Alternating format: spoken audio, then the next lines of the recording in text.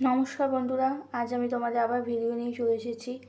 আমি অ্যাকচুয়ালি একদিন পর পর ভিডিও তোমাকে দিতে হচ্ছে, প্রতিদিন তোমাদের ভিডিও দিতে পারছি না। তাই আজকে আমি তোমাদের কিছু ইম্পর্টেন্ট কোয়েশ্চেন পড়াবো। আজকে আমি তোমাদের কিছু শর্ট কোয়েশ্চেন দেবো। হ্যাঁ, আমি তোমাদের কিন্তু দেখবো ক্লাস 6 থেকে যে 12 যে ক্লাসে যে হিস্ট্রিটা আছে ওইখান থেকে তোমাদের আমি বেছে বেছে শর্ট কোয়েশ্চেন দিচ্ছি।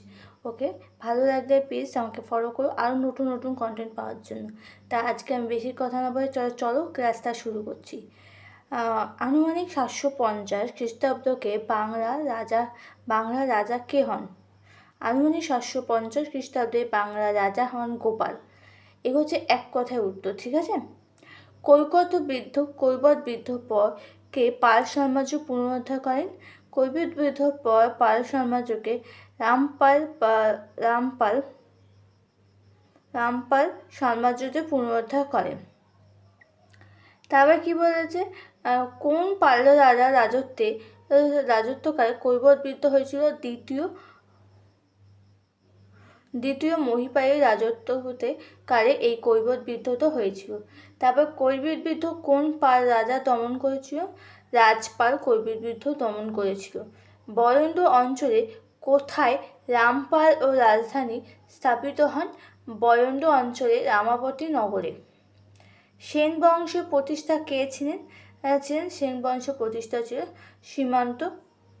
সামন্ত সেন সেন রাজবংশের সময়কাল কত ছিল? খ্রিস্টীয় 11 শতক থেকে খ্রিস্টীয় 13 শতক পর্যন্ত ভাগ ছিল।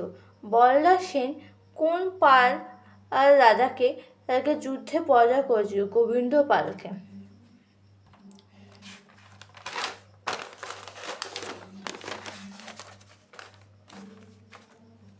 তারপরে কি বলেছে যে তারপরে হচ্ছে লক্ষণ সেনের রাজধানীর নাম কি ছিল? বিক্রমপুর।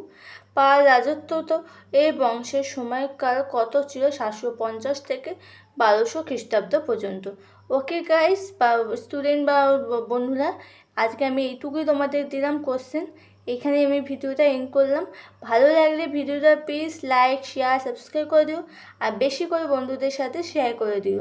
ওকে, তা আজকের মতো আমি এখানে রাখছি। বাই।